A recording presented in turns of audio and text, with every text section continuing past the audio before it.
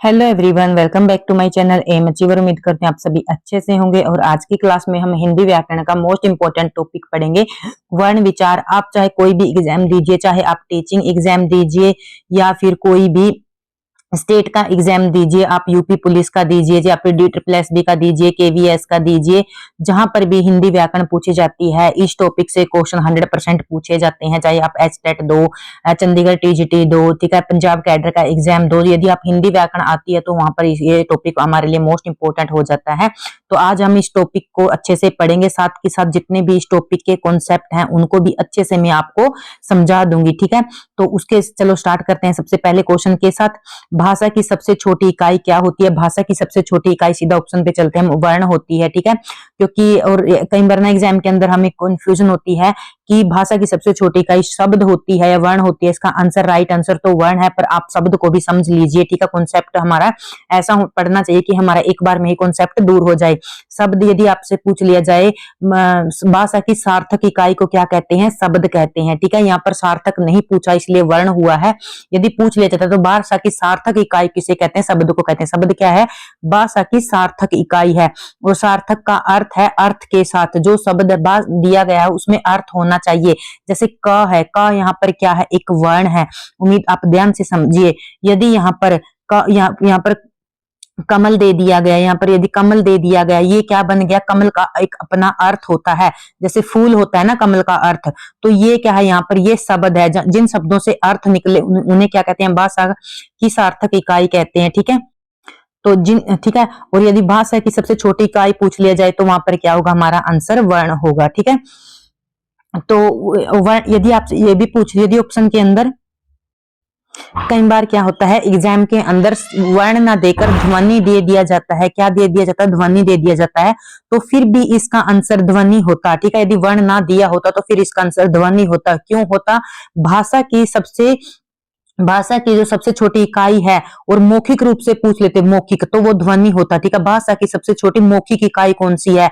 यदि यहाँ पर सबसे छोटी मौखिक इकाई दे देते तो मौखिक इकाई देते तो फिर यहाँ पर हमारा आंसर क्या होता? ध्वनि होती है। सबसे पहले हमारे मुख से क्या निकलती है? ध्वनि निकलती है। तो ध्वनि, मौखिक आधार पर हमारा ध्वनि आंसर होगा, और लिखने के आधार पर हमारा आंसर, यदि लिखित इकाई पूछ लेते, भाषा की सबसे छोटी लिखित इकाई पूछ लेते तो फिर हमारा आंसर क्या होता? वर्ण होता। और आप ये मत समझना कि मैं आपको टाइम लगा रही हूं, पर आप ये समझे कि मैंने आपको एक क्वेश्चन से कितने क्वेश्चन समझा दिए।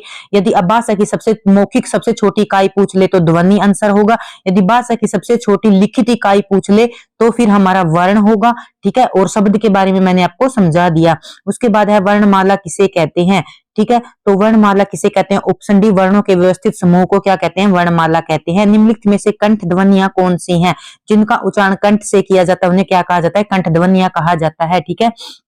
तो आप अच्छे से समझते हैं कि व्यंजनों का उच्चारण करते समय हवा फेफड़ों से निकलते हुए मुंह से किसी विशेष स्थान से निकलती है, कहीं कंठ से निकलती है, कहीं तालु से निकलती है, कहीं मृदा से निकलती है, तो उनको बोल देते हैं ध्वनियां, ठीक है।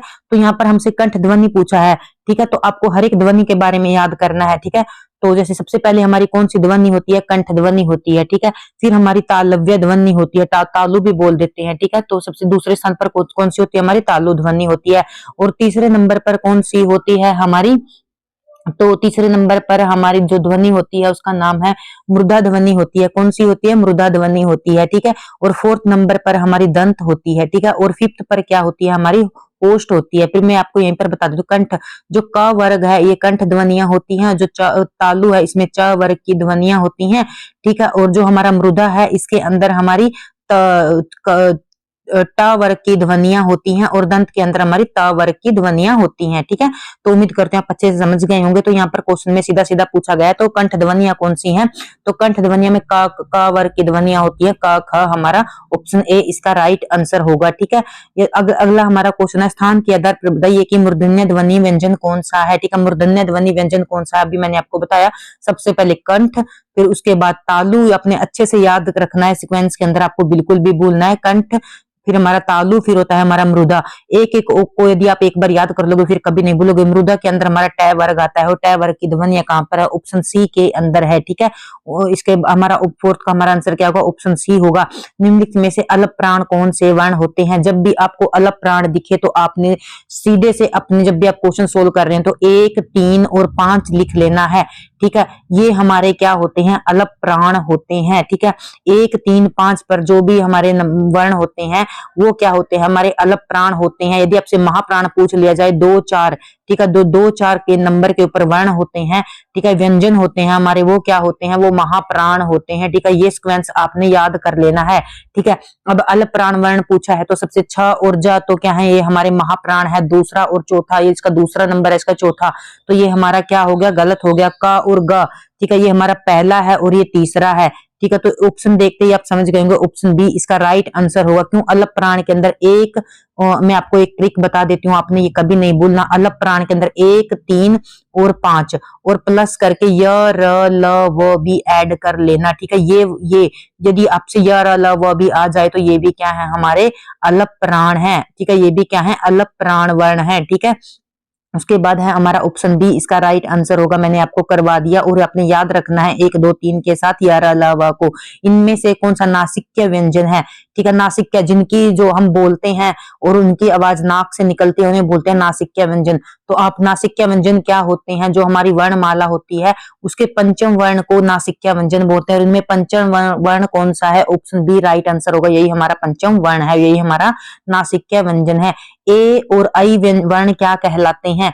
ठीक है, आपको नासिक्य व्यंजन मैंने अभी आपको बता दिया, पंचम वर्ण को नासिक्य वर्ण कहते हैं। जैसे हमारा पंचम वर्ण में अंग हो गया, ठीक है, य हो गया, ठीक है, न हो गया, म हो गया, ये सभी क्या है? हमारे पंचम वर्ण है, ठीक है। ये हमारे नासिक्य वर्ण है और इसके अंदर न भी होता है, ठीक है। तो यहाँ पर ए और नासिक्य, तो यहाँ पर क्या हो गया? हमारा ऑप्शन कट हो गया, ठीक है। उसके बाद मृदा, मृदा में हमारे ट वर्ग आता है तो ये ट वर्ग में नहीं है। उष्ट वर्ग में हमारा प वर्ग आता है तो ये भी नहीं है। ये हमारे क्या है? कंठ तालव्य वर्ण है, ठीक है। जिनकी ध्वनि कंठ और तालु से निकलती है उन्हें क्या बोलते हैं? कंठ तालव्य बोलते हैं। ऑप्शन डी इसका राइट आंसर होगा। उसके बाद हिंदी वर्णमाला में अयोगवाह किसे कहते हैं? ठीक है, अयोगवाह किसे कहते हैं? जो विसर्ग होते हैं उनको अयोगवाह कहते हैं। और अ और जो अह है ये क्या है? हमारे दोनों में विसर्ग है तो ये क्या है? हमारे अयोगवाह वर्ण है, ठीक है। तो उसको उम्मीद करती हूँ आपको अच्छे से समझ में आ गया होगा। उसके बाद निम्न में से बताइए किस शब्द में द्वित्व व्यंजन है? द्वित्व व्यंजन वो होता है जो एक समान व्यंजन होते हैं और दोनों एक साथ होते हैं, उन्हें द्वित्व व्यंजन कहते हैं। इसमें दोनों जो वर्ण होते हैं एक समान, एक ही वर्ग के होने चाहिए, ठीक है। और इनमें क्या होता है? एक जो पूरा होना चाहिए और एक आधा होना चाहिए। जैसे यहाँ पर दिल्ली, ऑप्शन सी हमारा राइट आंसर होगा। और मैं इसको समझा देती हूँ। जैसे हमारा एक जो वर्ण होगा पहला वो आधा होना चाहिए और दूसरा क्या है? वो स्वर के साथ होना चाहिए, ठीक है। ये प्रॉपर व्यंजन है और ये जिसके साथ हलंत है ये पूरा व्यंजन है। और ये जो ये कंप्लीट है ये स्वर के साथ है, ठीक है। दो वर्ण होते हैं, एक आधा और एक पूरा। और ये ऑप्शन सी हमारा क्या होगा? राइट आंसर होगा। उसके बाद क्वेश्चन 10 है हमारा श, श, स, ह से जो स है ये कौन से व्यंजन कहलाते हैं? ठीक है, तो मैं आपको सबसे पहले बता दूं इसका आंसर क्या होगा। ये सभी वर्ण कौन से कहलाते हैं? संघर्षी वर्ण कहलाते हैं, ठीक है। जब भी हम मुख द्वार से इनकी आवाज निकालते हैं तो ग्रसन और रगड़ के साथ निकलती है, इनको क्या कहते हैं? इसलिए इनको संघर्षी वर्ण कहते हैं, ठीक है। तो स्पर संघर्षी कौन से होते हैं? आपको एग्जाम के अंदर कंफ्यूजन हो सकती है। जब भी स्पर संघर्षी पूछ लिया जाए तो हमारे जो च वर्ग है, च हो गया, छ हो गया, ठीक है, और ज हो गया, ठीक है, और झ हो गया और य हो गया, ठीक है, ये हमारे सभी क्या है? ये स्पर संघर्षी व्यंजन है, ठीक है। आपको कंफ्यूजन नहीं होना है, बिल्कुल भी कंफ्यूज नहीं होना। जब भी आपसे स्पर संघर्षी पूछ लिया जाए तो च वर्ग के ये वाले जो हमारे वर्ण हैं ये होंगे। और यदि आपसे सिर्फ स ह पूछ लिया जाए तो हमारे क्या होंगे? सिर्फ संघर्षी होंगे। और स्पर्शी पूछ लिया जाए तो स्पर्शी हमारे क से लेके म तक के जो व्यंजन है ये हमारे स्पर्शी व्यंजन है। और इनकी संख्या कितनी होती है? 25 होती है, ठीक है। उसके बाद प्रकंपित, प्रकंपित के अंदर हमारी र आती है, ठीक है, इसको प्रकंपित व्यंजन बोल देते हैं। उसके बाद हमारा अगला क्वेश्चन है निम्नलिखित में से बताइए कि कौन सी नवीन विकसित ध्वनियां है? जो नवीन विकसित ध्वनियां पूछा गया है तो आप इसके अंदर ख के नीचे बिंदु लगा लीजिए। ठीक है। तो यहाँ पर क्या है, तो प्रिंटिंग मिस्टेक है। तो यहाँ पर ख है, इसके नीचे क्या है, नुक्ता है, और ग है, इसके नीचे भी नुक्ता है। और हमसे पूछा गया नवीन विकसित ध्वनियां कौन सी है, और यही क्या है, हमारी नवीन विकसित ध्वनियां है। ऑप्शन ए राइट आंसर होगा, क्योंकि जो नुक्ता है ये अरबी फारसी शब्दों में होता है और इन्हीं को नवीन ध्वनियां बोल दिया जाता है। ठीक है। तो अगला क्वेश्चन है क्वेश्चन नंबर 12, निम्नलिखित में से कौन सा घोष वर्ण है। ठीक है, यहाँ पर घोष पूछा है। दो वर्ण हमारे, जो हमारे वर्ण होते हैं, ठीक है, ये दो घोष तव के आधार पर दो वर्गों में बटे होते हैं। ठीक है, पहला होता है हमारा अघोष, ठीक है, पहले होते हैं अघोष, आप अच्छे से समझ लीजिए, और दूसरा होता है सघोष। ठीक है, तो कई बार क्या करते हैं एग्जाम के अंदर स को नहीं देते, अकेला घोष दे देते हैं, आप एग्जाम के अंदर कंफ्यूज हो जाते हो। ठीक है, जब मैं हो जाती हूँ तो आप भी होते होंगे। ठीक है, तो यदि स दिया, सा का अर्थ होता है साथ, ठीक है, और घोष का अर्थ होता है कंपन। घोष का अर्थ क्या होता है, कंपन होता है। ठीक है, कंपन, ठीक है, कंपन होता है। ठीक है, तो घोष कंपन, ठीक है, तो घोष का अर्थ होता है कंपन। जब भी हम व्यंजनों का उच्चारण करते हैं तो हमारे गले से क्या निकलती है, ठीक है, वर्णों का उच्चारण करते हैं तो कंपन, जब जो वर्ण हमारे कंपन के साथ निकले तो उन्हें घोष कहा जाता है। ठीक है, जो हमारी हम स्वर तंत्रियों में कंपन हो तो वो उनको घोष कहते हैं, और जहां पर ना आ का अर्थ होता है नहीं, और जहां पर कंपन नहीं होती उन्हें बोलते हैं अघोष वर्ण। ठीक है, और इनका भी एक फॉर्मूला है। ठीक है, जो अघोष होते हैं आप याद कर लेना, वो हमारे जो हमारी वर्णमाला है इसका पहला और दूसरा वर्ण हमारे अघोष होते हैं। ठीक है, और जो सघोष होते हैं, गांठ बांध लेना, एग्जाम के अंदर यहाँ से क्वेश्चन 100% पूछा जाता है, वो तीसरा और चौथा और पांचवा होते हैं। ठीक है, याद रखना है। अघोष और सघोष बता रही हूँ, कहीं आप अल्प प्राण और महाप्राण में कंफ्यूज हो जाएं। ठीक है, अघोष और सघोष, ठीक है, आगे के दो हमेशा अघोष होंगे, उनमें जो कंपन है वो नहीं होगी, जो पीछे के वर्ण है हमारे वो हमेशा सघोष होंगे। ठीक है, और यहाँ पर घोष पूछा है तो मतलब कंपन के साथ। अब पीछे के वर्ण पूछे हैं तो आप पीछे का वर्ण ढूंढ लीजिए, इनमें कौन सा है। ये तो दूसरा है हमारा, ऑप्शन ए कट हो गया, पहला है ये कट हो गया, और मां हमारा क्या है, सबसे लास्ट का वर्ण है, और हमारे सघोष वर्ण 3, 4, 5 होते हैं, तो ऑप्शन सी हमारा क्या होगा, यहाँ पर राइट आंसर होगा। इनमें पूछा है कौन सा अमानक वर्ण है। ठीक है, तो यहाँ पर ये मिस्टेक हुई है, प्रिंटिंग मिस्टेक, अमानक वर्ण पूछा है, तो अमानक वर्ण यहाँ पर ये दिया हुआ है। अब इस वर्ण को हमने हिंदी के अंदर छोड़ दिया है, इसको क्या माना गया, अमानक वर्ण माना गया है। उसके बाद क ग ज फ ध्वनियां किसकी हैं। ठीक है, तो इनके अंदर नुक्ते की मिस प्रिंट हुई है, यहाँ पर बिंदी है, यहाँ पर बिंदी है, और यहाँ पर बिंदी है, और यहाँ फ के नीचे भी नुक्ता लगा हुआ है। तो ये ध्वनियां कौन किसकी हैं, तो ये अरबी फारसी ध्वनियां हैं, जहां पर भी आपको क के नीचे नुक्ता मिले, ख के नीचे नुक्ता मिले, ठीक है, तो ग के नीचे नुक्ता मिले तो वो हमारी क्या है, अरबी फारसी ध्वनियां हैं। इनको आगत ध्वनि भी कहा जाता है। ठीक है, क्या कहा जाता है, आगत ध्वनियां भी कहा जाता है। उसके बाद है हिंदी में मूलतः वर्णों की संख्या कितनी मानी जाती है, तो हिंदी में मूलतः वर्णों की संख्या कितनी मानी जाती है, ऑप्शन सी हमारा 52 मानी जाती है। क्ष ध्वनि के अंतर्गत जो क्ष ध्वनि किसके अंतर्गत आती है, ठीक है, ये ध्वनि है जो किसके अंतर्गत आती है, तो ये दो अक्षरों से मिलकर बना हुआ है, तो ये संयुक्त वर्ण के अंतर्गत आती है। और आपने ये भी रखना है कि ये किन वर्णों से मिलकर बना हुआ है, क और उनके नीचे हलंत और श, स से मिलकर बना हुआ। एग्जाम के अंदर आपको कंफ्यूज करने के लिए ऐसे दे देंगे, स के नीचे हलंत लगा देंगे, और जिसके नीचे हलंत लगा होता है वो हमारा आधा व्यंजन होता है। ठीक है, तो आप इसमें कंफ्यूज मत होना, इसके अंदर क्या है, क आधा है, क के नीचे हलंत लगेगा, ये हमारा राइट है और ये रॉन्ग है। ठीक है, मैंने आपको अच्छे से एक्सप्लेन करके समझा दिया। यदि आपको मेरा समझाया हुआ अच्छा लग रहा हो तो वीडियो को लाइक शेयर कमेंट जरूर करके बताएं। ठीक है, तो उसके बाद हमारा हिंदी शब्दकोश में क्ष वर्ण किस वर्ग के बाद आता है, तो जो क्ष है किस वर्ण के बाद आता है, क वर्ण के बाद आता है। उसके बाद हमारा ज्ञ वर्ण पूछा गया, किसके योग से बनता है। जितने भी हमारे 4 संयुक्त व्यंजन हैं आपको चारों के बारे में पता होना चाहिए कि किस किस वर्ण से मिलकर बनते हैं। ठीक है, यहाँ पर ज्ञ पूछा हुआ है तो आप अच्छे से समझ लेना ये किस किस से मिलकर बना हुआ है, ऑप्शन बी राइट होगा। ये हमारा ज, इसमें हलंत लगेगा क्योंकि ये आधा है और यहाँ से मिलकर बना हुआ है, आपने अच्छे से याद रखना है। ठीक है, आप एग्जाम के अंदर कंफ्यूज मत होना, कहीं पर हलंत यहाँ पर ना, ऐसे इसको जा पूरा दे दे और यहाँ को यहाँ पर हलंत लगा दे, आप कंफ्यूज हो जाएं, ये राइट आंसर होगा हमारा। उसके बाद अघोष वर्ण कौन सा है, ठीक है, अ देखते ही आप समझ लेना जिसमें कंपन नहीं है, जिस वर्ण में कंपन नहीं है। ठीक है, तो अ तो हमारा बिल्कुल नहीं होगा। जितने भी हमारे स्वर हैं, जितने भी हमारे स्वर हैं सभी क्या हैं, सघोष हैं। आप इस बात को गांठ बांध लो और अच्छे से याद कर लो। और इसकी ट्रिक ये है, स से स्वर, स से सघोष, ठीक है। स से स्वर और स से सघोष, सिर्फ ये याद करने के लिए बता रही हूँ। जब से आपसे कभी भी पूछ लिया, जो जितने भी स्वर हैं हमारे सभी क्या हैं, सघोष हैं, ठीक है। तो इसलिए हमारा ऑप्शन ए तो कट हो गया, यहाँ पर अघोष पूछा हुआ है। और अघोष वर्ण कौन से होते हैं एग्जाम के अंदर देखते ही 1-2 माइंड के अंदर क्लिक करना चाहिए आपके, ठीक है। तो ज हमारा कौन सा वर्ण है, तीसरा है, ये भी हमारा ऑप्शन क्या हो गया, अघोष हमारा पहला और दूसरा होते हैं। तो क च छ ज ये हमारा तीसरा, ये आंसर भी हमारा क्या हो गया, कट हो गया, ठीक है। उसके बाद ऑप्शन है स भी हमारा क्या होता है, सघोष होता है, ठीक है। तो ये भी हमारा क्या हो गया, ऑप्शन क्या हो गया, गलत हो गया, ठीक है। तो बचा हमारा ऑप्शन डी, डी जो हमारा स है वो क्या होता है, वो हमारा अघोष होता है, ठीक है। तो उम्मीद करती हूँ आपको अच्छे से समझ में आ गया होगा। अघोष होता है, स हमारा अघोष होता है। अब ग का उच्चारण स्थान कौन सा है, ठीक है। ग का पूछा है तो ग हमारा क वर्ग के अंदर आता है, इसमें हम समय नहीं लगाएंगे। तो हमारा क वर्ग किसमें आता है, कंठ में आता है, ठीक है। ऑप्शन बी इसका राइट आंसर होगा। उसके बाद है संयुक्त व्यंजन कौन सा है, इनमें से संयुक्त व्यंजन पूछा है और संयुक्त व्यंजन में आपको समझा चुकी हूँ। तो यहाँ क्या है हमारा, यह क्या है, यहाँ पर हमारा संयुक्त व्यंजन है जो हमारा आधा ज हलंत लगा हुआ और यहाँ के मिलने से बना हुआ है। ऑप्शन बी इसका राइट आंसर होगा। उसके बाद निम्नलिखित में से कौन सा वर्ण उच्चारण की दृष्टि से दंत्य नहीं है, ठीक है। दंत्य नहीं है पूछा है, तो त हमारा क्या है, दंता है, ना क्या है, दंता है, द क्या है, दंता है। तो ऑप्शन डी हमारा क्या होगा, राइट आंसर होगा। ट हमारा क्या है, मृदा उसके अंदर आता है, उच्चारण के अंदर आता है, ठीक है। क्या है, मृदा के अंतर्गत आता है, ठीक है। उसके बाद जिन वर्णों के अंत में आ आता है उन्हें क्या कहा जाता है, तो उन्हें क्या कहा जाता है, आकारांत कहा जाता है। ऑप्शन डी इसका राइट आंसर होगा। अंतस्थ किसे कहा जाता है, य र ल व को क्या कहा जाता है, अंतस्थ वर्ण कहा जाता है, ठीक है।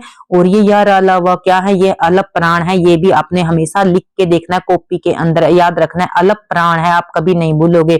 और यदि अघोष सघोष में पूछ लिया जाए तो ये कौन से हैं, तो ये क्या है, ये सघोष है, ठीक है। ये क्या है, सघोष है। ये आपको जब भी आप एग्जाम में, जब भी आप मेरी क्लास देखो तो इसको एक बार कॉपी के ऊपर लिख के देखना, य र ल व अलप्राण और सघोष, आप फिर कभी नहीं भूलोगे, ठीक है।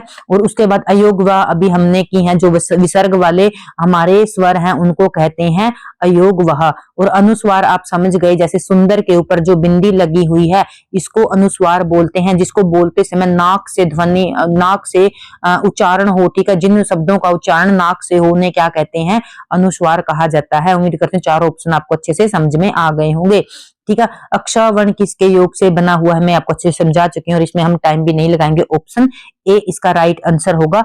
हिंदी वर्णमाला में स्वरों की कुल संख्या पूछी गई है, तो यदि कुल पूछ ली जाए तो आप कितनी करोगे, तो 13 करोगे, ठीक है। तो यदि आपसे सिर्फ मतलब ऐसे सिंपल में पूछ, कुल ना दिया हुआ, तो फिर आप क्या करोगे, 11 करोगे, ठीक है। उसके बाद निम्नलिखित में से कौन सा स्वर नहीं है, यहाँ पर स्वर पूछा हुआ कौन सा नहीं है, ये सभी स्वर हैं, ठीक है। तो इसका राइट आंसर क्या होगा, डी होगा, क्योंकि ये क्या है, एक व्यंजन है और नासिक क्या व्यंजन है, ये भी अपने अच्छे से याद रखना है। निम्नलिखित में से ट वर्ग नहीं है, ट वर्ग के अंदर कौन सा नहीं है, ये भी ट में है, ये भी ट में है। तो सीधे ही देखते हैं, ऐसे क्वेश्चन पे टाइम नहीं लगाना, ये हमारा राइट आंसर होगा, क्योंकि ये क्या है, ये क वर्ग के अंतर्गत आता है। उसके बाद हिंदी वर्णमाला में व्यंजनों की संख्या पूछी गई, तो व्यंजनों की संख्या कितनी है, 33 है। यदि इसके अंदर हम जो आगत, जो नमे उच्चारण जी, जो हमारे ड और, ठीक है, और ड और ड है, ठीक है, ये नई ध्वनियां, ये पहले संस्कृत में विकसित नहीं हुई थी, हिंदी में विकसित व्यंजन है। इनको ऐड कर दे तो फिर हमारे 35 हो जाएंगे, ठीक है। तो यहाँ पर हमारा 33 दिया हुआ, तो ये हमारा राइट आंसर होगा। निम्नलिखित में से कौन सा पस्त स्वर है, पस्त स्वर क्या होते हैं, जब जीभ के आधार पर हमारे व्यंजनों को डिवाइड कर दिया जाता है, ठीक है, बांट दिया जाता है जीभ के आधार पर, तो उनको बोल दिया जाता है पस्त स्वर, ठीक है। तो 3 भागों में बांट दिया जाता है। तो पहला हमारा भाग होता है अग्र स्वर, दूसरा होता है हमारा, पहले में लिख देते हैं, पहला जो हमारा भाग होता है अग्र स्वर बोलते हैं, ठीक है, जीभ के उच्चारण के आधार पर। दूसरे को बोल देते हैं हमारा मध्य स्वर, ठीक है, ये अपने अच्छे से याद रखने, मध्य स्वर, और ये मोस्ट इंपोर्टेंट है, ठीक है। और उसके बाद तीसरा हमारा होता है, यहाँ पर पूछा है पश्च स्वर, ठीक है, पश्च स्वर, जिसकी आवाज जीभ के पीछे से आती है, ठीक है। तो अगर हमारा मध्य स्वर में हमेशा याद रखना एक ही स्वर है, वो है अ, ठीक है। अग्र स्वर में हमारे सिर्फ 4 ही आते हैं, एक हमारा ई, आई, ए और आई, जो मात्रा वाली है। जो बच गए वो हमारे पश्च स्वर में आते हैं, ठीक है। यहाँ पर हमारा पश्च स्वर में ई हमारा कट गया, क्या, क्योंकि ये तो क्या है, हमारा अग्र स्वर है, ठीक है। ज और ड हमारे व्यंजन है, तो बचा क्या, आ बचा, और यही क्या होगा हमारा फर्स्ट स्वर होगा। ठीक है, उम्मीद करते हैं आप तीनों को अच्छे से समझ गए होंगे।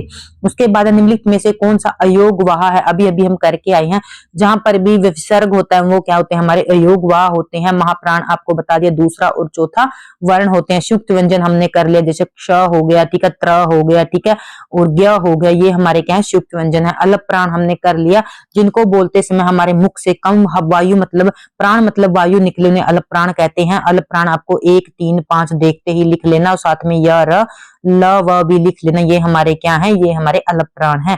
छ ध्वनि का उच्चारण स्थान क्या है, च वर्ग के अंदर आती है, तो च वर्ग के अंदर हमारा तालव्य आता है। ऑप्शन सी इसका राइट आंसर होगा। उसके बाद निम्नलिखित में से कौन सा एक संयुक्त व्यंजन नहीं है, पूछा गया। नहीं को आप अच्छे से टारगेट करना, तो नहीं पूछा गया है तो संयुक्त व्यंजन नहीं है, तो ये भी हमारा संयुक्त व्यंजन है, ये भी संयुक्त व्यंजन है, ये भी संयुक्त व्यंजन है, तो इसका राइट आंसर क्या होगा, ऑप्शन बी इसका राइट आंसर होगा। ये संयुक्त व्यंजन नहीं है। ठीक है, तो और मैंने सब ये ए बी सी सभी ऑप्शन इनको बता भी दिया, ये किस किस वर्ण से मिलकर बनते हैं, वो भी आपको अच्छे से याद रखना है। ठीक है, यदि आपको क्लास अच्छी लगे तो लाइक शेयर सब्सक्राइब जरूर करें। ठीक है, तो उसके बाद तालव्य व्यंजन हम बिल्कुल भी समय नहीं लगाएंगे, तो तालव्य व्यंजन में च वर्ग आता है, तो च वर्ग ऑप्शन ए के अंतर्गत दिया हुआ है। या अलावा किस व्यंजन के अंतर्गत आते हैं, तो अंतस्थ के अंतर्गत आते हैं। यदि आपसे प्राणतव के आधार पर पूछ लिया जाए तो ये अलप प्राण है, और मैं बार बार इसलिए करवाती हूँ क्योंकि एग्जाम के अंदर आप गलत करते हो। ठीक है, अलप प्राण के साथ आपने एक और ऐड कर लेना है कि क्या है, ये सारे सगोश हैं, ये क्या है, सारे सगोश भी हैं, ये भी आपने याद रखना है। ठीक है, य र ल व सगोश हैं। ठीक है, क्योंकि ये सगोश है, क्योंकि ये क्या है, ये कंपन के साथ बोले जाते हैं। ठीक है, तो सगोश है, और उसके बाद है अलप प्राण है, ये अपने अच्छे से याद रखना, इन दो चीजों को मत भूलना। ठीक है, बार बार कह रही हूँ आप। ठीक है, उसके बाद अनुनासिक का संबंध किससे होता है, अनुनासिक हमारा चंद्र बिंदु वाले शब्दों को कहते हैं, जैसे आंख हो गया, ठीक है, ठीक है, हमारा ये हो गया, दांत हो गया, ये सभी क्या है, हमारे अनुनासिक वाले व्यंजन है या वो है शब्द हैं। ठीक है, तो क्या है, अनुनासिक का संबंध किससे होता है, जिससे हवा मुख और नाक दोनों से निकले उनको बोलते हैं अनुनासिक। ठीक है, तो उम्मीद करती हूँ आपको अच्छे से समझ में आ गया होगा। और एक बात और आपको बता देती हूँ, आप यदि किसी शब्द के अंतर्गत मात्रा दे दी गई है, ठीक है, और माँ दे दिया, यहाँ पर ऊपर मात्रा है और यहाँ पर बिंदी लगती है, ये बिंदी भी अनुनासिक के अंतर्गत आती है। यदि आप क्लास अच्छे से देख रहे हैं तो इस पॉइंट को बहुत अच्छे से देखिए, क्योंकि ये इंटरव्यू वगैरह में पूछ लिया जाता है कि जो बिंदी लगी है मैं के ऊपर, तो ये अनुस्वार है या अनुनासिक है। बिल्कुल ध्यान से फोकस से देखिए, तो ये अनुनासिक के अंतर्गत आती है, चंद्र बिंदु के अंतर्गत आती है, पर मात्रा के कारण इसको क्या माना जाता है, मात्रा के कारण इस पर सिर्फ एक बिंदी लगा ली जाती है, पर रूल रेगुलेशन के अकॉर्डिंग ये क्या है, ये हमारी अनुनासिक है। मात्रा होने के कारण सिर्फ इसका बिंदी के रूप में प्रयोग किया जाता है। ठीक है, उम्मीद करते हैं आप अच्छे से समझ गए होंगे। अनुनासिक व्यंजन कौन से होते हैं, मैं आपको बार बार करवा चुकी हूँ, तो वर्ग के पंचम वर्ण होते हैं, वो क्या होते हैं, हमारे अनुनासिक व्यंजन होते हैं। उसके बाद हिंदी वर्णमाला में स्वरों की संख्या पूछी गई है, तो यहाँ पर हम 11 करेंगे, यहाँ पर कुल नहीं दिया इसलिए हम 11 करेंगे। ठीक है, तो कंठोष्ठ, कंठ और होष्ठ दोनों से मिलकर जो ध्वनि आती है, यहाँ पर ये गलत है, सिर्फ ओ दिया हुआ है, तो औ दिया हुआ है, तो ये हमारी कंठोष्ठ ध्वनि है। ठीक है, तो ए और ऐ कंठ कंठ तालव्य थी। ठीक है, तो और ओ और औ ये हमारी क्या है, कंठोष्ठ ध्वनियां हैं। ठीक है, उम्मीद करते हैं आपको अच्छे से आ गए होंगे। भाषा का निर्माण की इकाइयों का सही अनुक्रम कौन सा है। ठीक है, सबसे पहले क्या आता है, ऑप्शन डी पे सबसे पहले ध्वनि आता है। यदि ध्वनि की जगह वर्ण होता तो वो भी हमारा राइट होता, और इस पॉइंट को मैं आपको अच्छे से समझा चुकी हूँ। ठीक है, ध्वनि, ध्वनि के बाद शब्द, शब्द के बाद पद बनता है, और पद के बाद क्या बनता है, वाक्य बनता है। ऑप्शन डी इसका राइट आंसर होगा। उसके बाद हमारा क्वेश्चन, निम्नलिखित में से उच्चारण के आधार पर कंठ से लेकर मुख में उच्चारित व्यंजन ध्वनियों का सही अनुक्रम लगाना। जैसे कंठ होता है, पहले तालु होता है, उनके बारे में हमें बिल्कुल सही सीक्वेंस लगाना है। तो सबसे पहले कंठ ढूंढिए, कंठ हमारा एक में दिया है, कंठ होता है, फिर तालव्य होता है, फिर वत्सर्य होता है, फिर दंत होता है, फिर ओष्ठ्य होता है, यही हमारा क्या होगा, राइट आंसर होगा। प्रयत्न के आधार पर ल किस प्रकार की ध्वनि है। ठीक है, प्रयत्न के आधार पर ल की ध्वनि पूछी है, तो ल की ध्वनि क्या होती है, पार्श्विक होती है। ठीक है, हमेशा याद रखना, ल की पार्श्विक के आधार पर आप ऐसे रख लेना, पास। जब जीभ के पास से हवा, ठीक है, जीभ के पास से हवा निकलती है, तो वहां पर क्या होता है, ल हमारी ध्वनि होती है। बोलकर देखिए, ल, तो दोनों साइड से हवा निकलती है, पास से हवा निकलती है, पास शब्द से याद कर लेना पार्श्विक, ठीक है। तो हमारा प्रकंपित में आ जाता है, आएगा रा। रा को जब बोलते हैं तो हमारे मुख के अंदर क्या होती है, कंपन होती है, ठीक है। और यदि आपसे उत्सिप्सित पूछ लिया जाए तो हमारी ड और जो ड ध्वनियां है ये हमारी किसके अंदर आती हैं, उत्सिप्त वर्ण के अंतर्गत आती हैं। उसके बाद हमारा अगला क्वेश्चन है, हिंदी में ध्वनि का सही अनुक्रम क्या होगा, ठीक है। ध्वनि का अनुक्रम पूछा है तो सबसे पहले क्या होगी, हमारी ध्वनि होगी, फिर शब्द होगा, फिर पद होगा, फिर वाक्य होगा। ऑप्शन डी हमारा क्या होगा, राइट आंसर होगा। उसके बाद ओष्ठ्य व्यंजन कौन से होते हैं, तो आप देखते ही पहचान लोगे, ऑप्शन ए बी वाले हमारे क्या होते हैं, ओष्ठ व्यंजन होते हैं। उसके बाद है अंतस्थ व्यंजन कौन से होते हैं, यार अलावा हमारे अंतस्थ होते हैं। और बार बार फिर से लिखूंगी ताकि आपको आ जाना चाहिए, अलप, ठीक है। जो अलप प्राण वर्ण होते हैं वो क्या होते हैं, हमारे अंतस्थ व्यंजन होते हैं। और साथ में सगोश भी लिखूंगी, क्योंकि यदि पढ़ाओ तो अच्छे से पढ़ाओ ताकि आपको समझ में आ जाए, ठीक है। जब भी आप अंतस्थ याद करो तो ये दो चीज भी आप याद करोगे, क्योंकि मैं आपको बार बार अच्छे से पढ़ा रही हूँ ताकि एग्जाम के अंदर आप ना बोलो। अलप प्राण सगोश, अलप प्राण सगोश, ठीक है। उसके बाद उसम व्यंजन कौन से होते हैं, स वाले उसम व्यंजन होते हैं। और ये क्या होते हैं, हमारे महाप्राण होते हैं। जो सा वाले होते हैं हमारे, ये क्या होते हैं, महाप्राण होते हैं, ठीक है। और महाप्राण के साथ ये क्या होंगे, वो सगोश थे तो ये क्या होंगे, अघोष होंगे। ये क्या होंगे, हमारे अघोष होंगे, ठीक है। तो अघोष के साथ एक बात और याद रखनी है, जो हा है वो हमारा सगोश होगा, ठीक है। हा है वो क्या होगा, सगोश होगा, ठीक है।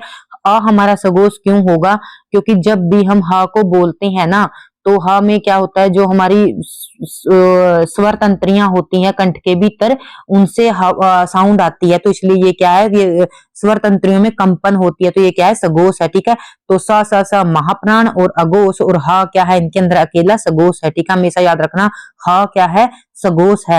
हिंदी वर्णमाला में संयुक्त व्यंजन कौन कौन से हैं, जो चारों व्यंजन है यहाँ पर दिए हुए हैं, ऑप्शन बी, ये क्या है, सभी संयुक्त व्यंजन है। और मैंने ये भी बता दिया कि इनका निर्माण कैसे होता है।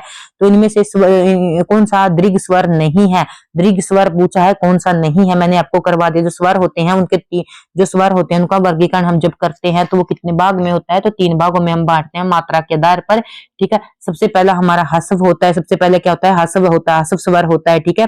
आप इनको अच्छे से करोगे। दूसरे पर क्या होता है, हमारा दीर्घ स्वर होता है, ठीक है, मात्रा के आधार पर बता रही हूं मैं, ठीक है। और तीसरे नंबर पर हमारा क्या होता है, प्लुत स्वर होता है। कौन सा होता है, प्लुत स्वर होता है, ठीक है।